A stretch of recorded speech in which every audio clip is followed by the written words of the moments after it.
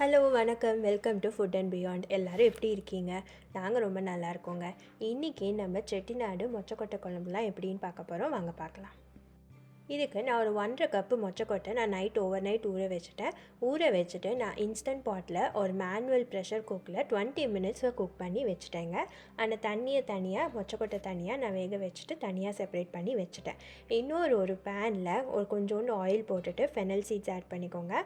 Fennel seeds ஸ்ப்ளட்டர் ஆனதுக்கப்புறம் garlic, onion, tomatoes எல்லாத்தையும் போட்டு ஒரு 2 மினிட்ஸ் நல்லா சாட் பண்ணுங்கள். சாட் பண்ணிவிட்டு ஷ்ரெட்டட் கோகோனட் ஆட் பண்ணிவிட்டு ஒரு 3 to 4 மினிட்ஸ் நல்லா குக் பண்ணுங்கள். குக் பண்ணிவிட்டு turn off the heat and இதை ஒரு ஸ்மூத் பியூரியாக கிரைண்ட் பண்ணி வச்சுக்கோங்க.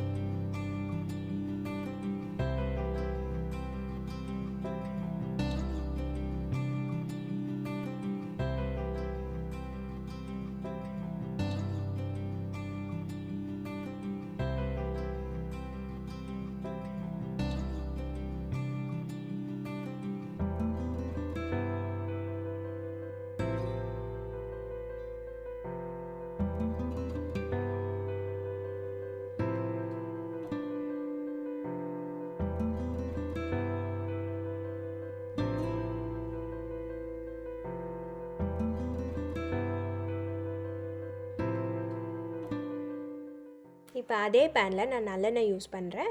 இது ஒரு 1/4 கப்பாரு கண்டிப்பாக வேணும். இது நல்லா ஹாட் ஆனதுக்கப்புறம் கொஞ்சம் கடுகு, கொஞ்சம் உளுந்து, அதுக்கப்புறம் கறி லீவ்ஸ் கொஞ்சம் ஆட் பண்ணிவிட்டு நல்லா சாட் பண்ணி விடுங்க. நல்லா ஸ்ப்ளட்டர் ஆனதுக்கப்புறம் கட் பண்ணி வச்ச ஆனியன், கார்லிக் அண்ட் டொமேட்டோ போட்டு ஒரு 2 to 3 மினிட்ஸ் நல்லா சாட் பண்ணி விடுங்க. அதுக்கப்புறம் மஞ்சத்தூள், chilli powder and coriander powder, அப்புறம் கொஞ்சம் சால்ட் போட்டு நல்லா மிக்ஸ் பண்ணி விடுங்க. இந்த கிரேவி நல்லா குக் ஆகி டொமேட்டோ நல்லா முஷியாகி இதுலேருந்து ஆயில் ஊஸ் அவுட் ஆகிற வரைக்கும் நல்லா குக் பண்ணி விடுங்க.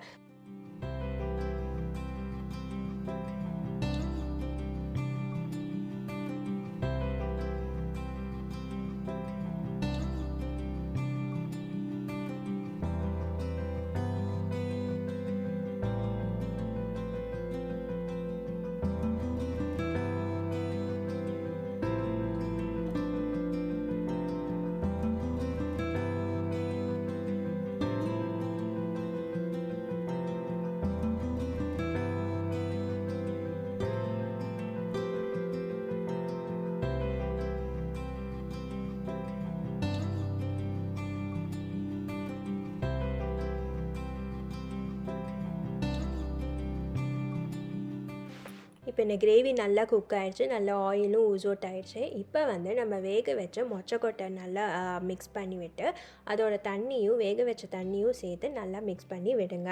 அதுக்கப்புறம் நம்ம டேமரின் ஆல்ரெடி சோக் பண்ணி வச்சுருக்கோம். அந்த டேமரின் வாட்டரும் நல்லா ஆட் பண்ணுங்கள். அதுக்கப்புறம் வேணும்னா கொஞ்சம் சால்ட்டு, அதுக்கப்புறம் அரைச்சி வச்ச அந்த ஆனியன், டொமேட்டோ, கோகோனட் பேஸ்ட்டையும் ஆட் பண்ணி நல்லா சிம்மில் நல்லா கொதிக்க விடுங்க. இது அட்லீஸ்ட் ஒரு 20 to 30 மினிட்ஸ் சிம்மர் பண்ணணும். நல்லா கொதிச்சதுக்கப்புறம் அந்த raw smell of the tamarind அதெல்லாம் போகிற வரைக்கும் நல்லா கொதிக்க விடணும்.